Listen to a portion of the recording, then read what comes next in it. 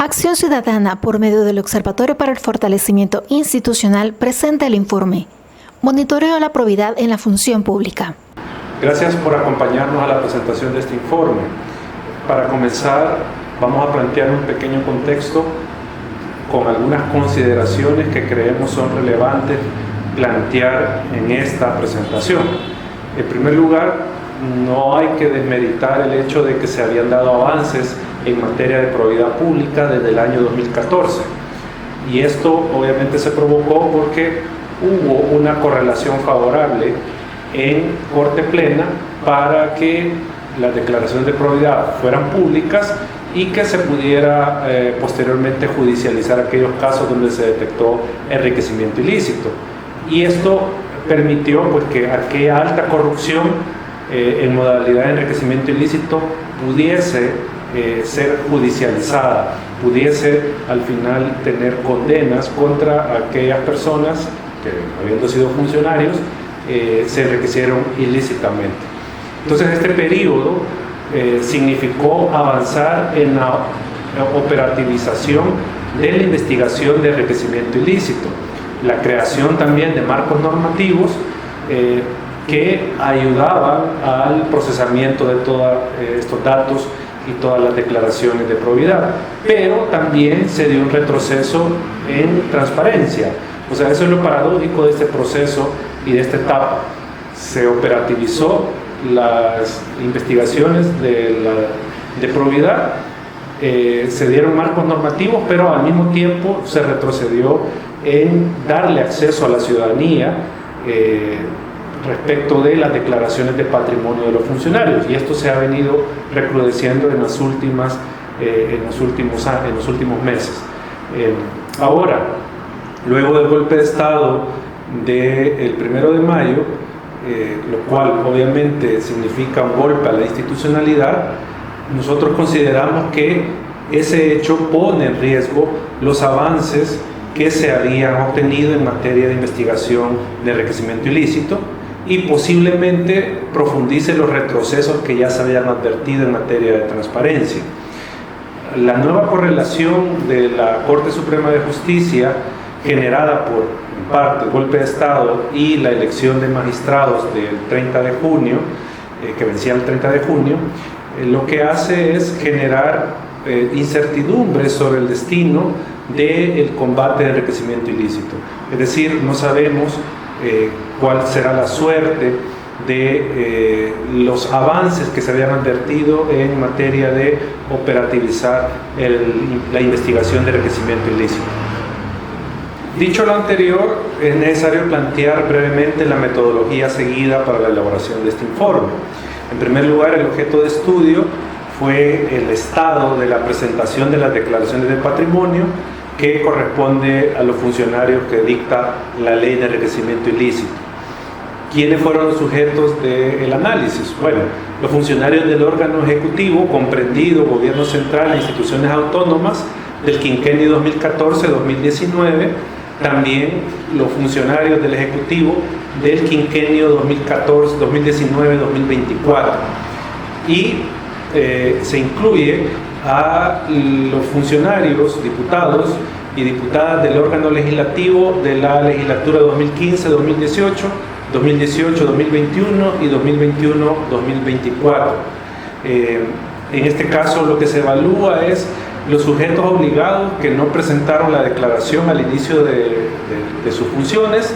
Se evalúa también a los sujetos que no presentaron la declaración al cese de su cargo. Se evalúa a los sujetos obligados que tienen trámite o que están en trámite para que se les imponga una multa por la no presentación o la presentación extemporánea de la declaración. En el tema de la metodología se utilizaron solicitudes de información para precisamente obtener los datos. Estas solicitudes se le hizo a la Corte Suprema de Justicia, la cual respondió entregando los datos, que eso es destacable señalarlo, que se entregaron los datos, y en este caso la actualización de la información para el caso del órgano ejecutivo está hasta el 18 de junio de 2021. del órgano legislativo 2015-2018, en lo que tiene que ver con el inicio y cese de estos diputados. La información está actualizada hasta el 18 de junio, y para la legislatura 2018-2021, en lo que tiene que ver con declaraciones de inicio de funciones, está hasta el 21 de junio. En el caso del órgano legislativo 2018-2021, pero en las declaraciones de cese, se tiene la información hasta el 13 de julio actualizada. Lo mismo para la legislatura 2021-2024, que se tiene información hasta el 13 de julio de 2021. Esto es importante tenerlo en consideración porque los datos pueden variar si alguno de los funcionarios que acá se señala no han presentado la declaración, la presentaran fuera de estos plazos, de estas fechas que hemos mencionado, que están hasta donde tenemos actualizada la información. A continuación, la coordinadora del Observatorio para el Fortalecimiento Institucional de Acción Ciudadana, Mónica Velasco, explicará los principales resultados del estudio. Respecto a la presentación de las declaraciones de patrimonio del órgano ejecutivo, lo hemos segmentado de acuerdo al periodo en que los funcionarios o servidores públicos fueron destacados o ejercieron sus funciones públicas. A partir de este dato, encontramos que en el órgano ejecutivo 2014-2019 encontramos un total de 1.098 declaraciones de patrimonio sin presentar. Encontramos 701 declaraciones de inicio de funciones que aún no han sido presentadas, y encontramos un total de 397 declaraciones de cese de funciones que tampoco han sido presentadas. De estas, podemos encontrar un total de 416 declaraciones que pertenecen a cargos que han sido ejercidos por mujeres y 682 que han sido ejercidas por hombres en los diversos funciones públicas o empleados públicos según corresponda. Asimismo, es pertinente destacar que en este grupo de órgano ejecutivo 2014-2019, la mayor cantidad de declaraciones de patrimonio o el mayor segmento de cargos asociados a estas que se encuentran en un constante incumplimiento son cargos de liderazgo intermedio, seguidos por cargos que manejan directamente fondos públicos. Dentro de este tipo de cargos de fondos intermedios, liderazgo institucional intermedio, encontramos coordinaciones, subdirecciones, gerencias y subgerencias. Dentro de los cargos técnicos que manejan directamente fondos públicos, podemos identificar cargos como refrendarios, encargados de fondo circulante, tesoreros, entre otros. Podemos pasar a la siguiente diapositiva. En ella pueden apreciar, como se les comentaba, el cambio, o mejor dicho, la constancia que ha mantenido tanto el órgano ejecutivo 2014-2019 en el incumplimiento de declaraciones de toma de posesión y de cese de funciones, en cargos de dirección y subdirección, cargos técnicos, cargos relacionados al manejo directo de fondos públicos, mientras que en la cese igual encontramos liderando este segmento a cargos de dirección y subdirección, acompañado por también cargos técnicos y relacionados al manejo directo de fondos públicos. Por otro lado, podemos pasar a la siguiente diapositiva. Encontramos que dentro del órgano ejecutivo 2019-2024, en el momento de hacer el monitoreo correspondiente, pudieron ser identificadas 1.685 declaraciones de patrimonio que hasta la fecha, o mejor dicho, hasta el 18 de junio de 2021, según la información proporcionada por la sección de probidad, no habían sido presentadas. Este segmento se encuentra liderado por 1.231 declaraciones de inicio de función que no han sido presentadas y 454 de cese de funciones. El 35.31% corresponde a cargos que han sido ejercidos por mujeres y el 64.69% corresponde a cargos que han sido ejercidos por hombres.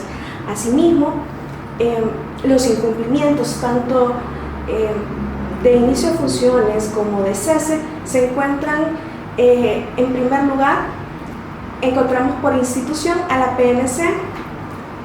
Si ustedes pueden identificar, la PNC tanto en las declaraciones de cese de función como en las declaraciones de inicio de funciones se encuentra dentro de los primeros lugares dentro del incumplimiento de las declaraciones de patrimonio. Es pertinente señalar que el tipo de cargos que han sido identificados primordialmente en esas instituciones han sido cargos que manejan directamente fondos públicos, y eso puede ser retomado o observado en la gráfica de abajo, donde se ven los principales cargos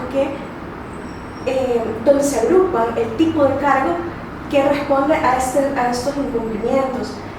A diferencia del órgano ejecutivo 2014-2019, el actual ejecutivo concentra sus incumplimientos en cargos que autorizan el uso del dinero o lo manejan directamente, como los que habíamos mencionado, es decir, refrendarios, encargados de fondo circulante, técnicos de UCI, entre otros.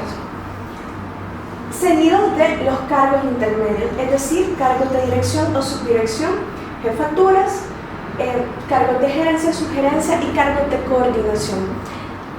Se podría decir que tanto en el órgano ejecutivo 2014-2019 como en el órgano ejecutivo 2019-2024, los grandes segmentos o rubros por tipo de cargo en el que los funcionarios tienden a no presentar sus declaraciones de patrimonio son cargos intermedios o de liderazgo institucional que autorizan o tienen la facultad de decidir qué va a pasar con el dinero público.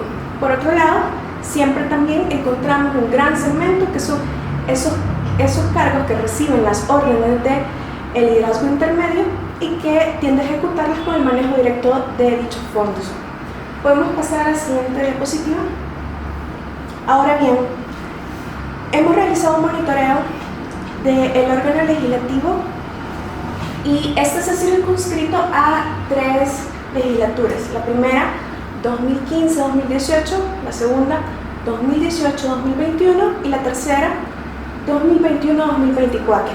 Dentro de estas, es importante señalar que hemos encontrado un total de 4 declaraciones que hacen falta de presentación dentro del órgano legislativo 2015-2018, 6 de inicio de toma de posesión para el órgano legislativo 2018-2021 y específicamente para el órgano legislativo, es decir, la diputación saliente, fue posible identificar una cantidad de 67 declaraciones de cese de funciones que no han sido presentadas. Estas corresponden a 27 diputados propietarios y a 40 diputados suplentes.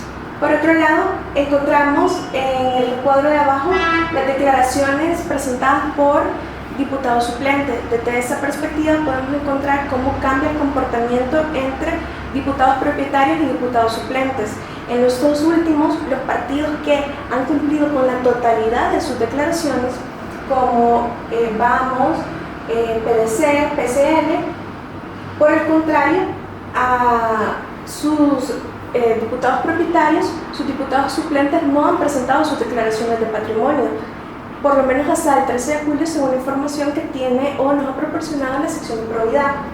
En ese sentido, Nuevas Ideas se coloca con un 82.14% de cumplimiento, es decir, sus diputados suplentes han cumplido en esa totalidad de su bancada interna, y el gran ganador, tanto para diputados propietarios como suplentes, es Nuestro Tiempo. Tanto su diputado propietario como la suplente ha presentado su declaración de toma de posesión. En esa lámina podemos encontrar el listado de diputados propietarios de la legislatura saliente 2018-2021, 20 diputados propietarios salientes que todavía no han finalizado, no han presentado su declaración de patrimonio, y dentro de alguno de estos encontramos conductas reincidentes, es decir, propietarios que también al momento de presentar su declaración de toma de funciones la presentaron tarde o les fue dificultoso presentarla. Por otro lado, encontramos que en la legislación 2021-2024, es decir, la entrante, hay 10 diputados propietarios que todavía no presentan su declaración de patrimonio y el restante son diputaciones suplentes. Podemos ver la siguiente diapositiva. Ahora bien, encontramos que ante el incumplimiento procedimiento o la entrega efectiva de las declaraciones de patrimonio, la sección de probidad se encuentra habilitada para poder iniciar un proceso sancionador, es decir, la imposición de una multa para tanto diputados suplentes como diputados propietarios o cualquier otro servidor público que incumpla dicha obligación. En ese sentido, encontramos que a la fecha, o por lo menos hasta la actualización del 18 de junio de los corrientes, la sección de probidad tenía 828 procedimientos sancionadores en trámite. 6 de estos procedimientos se encuentran para finalización o discusión dentro de la Corte Plena. 822 se encuentran en sustanciación, es decir, se están tramitando ante la sección de probidad. La mayor cantidad de procedimientos sancionadores que se han abierto es para funcionarios o servidores públicos que han ejercido sus cargos dentro del órgano ejecutivo, seguido de consejos municipales, la Asamblea Legislativa, Corte Suprema de Justicia, Corte de Cuentas, Fiscalía General de la República, entre otros. De estos procedimientos encontramos que 411 son atribuidos a cargos que fueron ejercidos por mujeres y 611 a cargos que han sido ejercidos por hombres. En materia de retrocesos en la probidad pública, podemos identificar el pronunciamiento de la Sala de lo Contencioso Administrativo que fue realizado en diciembre del año pasado. Esta resolución identificada con el número 2020 RSSA. Esta viene a resolver la decisión adoptada por la Cámara de lo Contencioso Administrativo, en la cual ratificaba la decisión del Instituto de Acceso a la Información Pública, en la que decretaba que los informes de probidad podían ser entregados siempre y cuando estos se otorgaran o la Corte los pudiera extender en versiones públicas, es decir, eliminando datos sensibles. Cabe decir que esta lucha o toda esta batalla que ha realizado la Corte Suprema de Justicia para evitar que los informes de probidad sean dados a conocer y sean declarados reservados, se viene sosteniendo desde agosto del 2018. Frente a la decisión de la Cámara que ratificaba la decisión del Instituto de Acceso a la Información Pública, se adoptó una decisión por parte de la Sala de lo Contencioso en diciembre del año pasado, diciendo que los informes son una extensión de las declaraciones de probidad, y en ese mismo sentido se les extiende la declaratoria de la reserva absoluta, ignorando pronunciamientos de carácter constitucional por salas anteriores, en los cuales se sostenía que los informes de probidad o el enriquecimiento ilícito, la batalla contra este, es un aspecto que debe de ser liderado tanto por todos los actores que intervienen, tanto institucionales como sociales. Esto incluyendo a la ciudadanía, que a través de la Contraloría que pueda realizar puede detectar este tipo de incremento de patrimonio injustificado.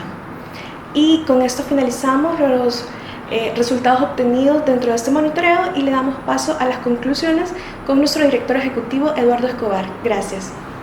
Bueno, para terminar esta presentación del informe, vamos a plantear unas cuantas conclusiones a partir de los datos que se han presentado.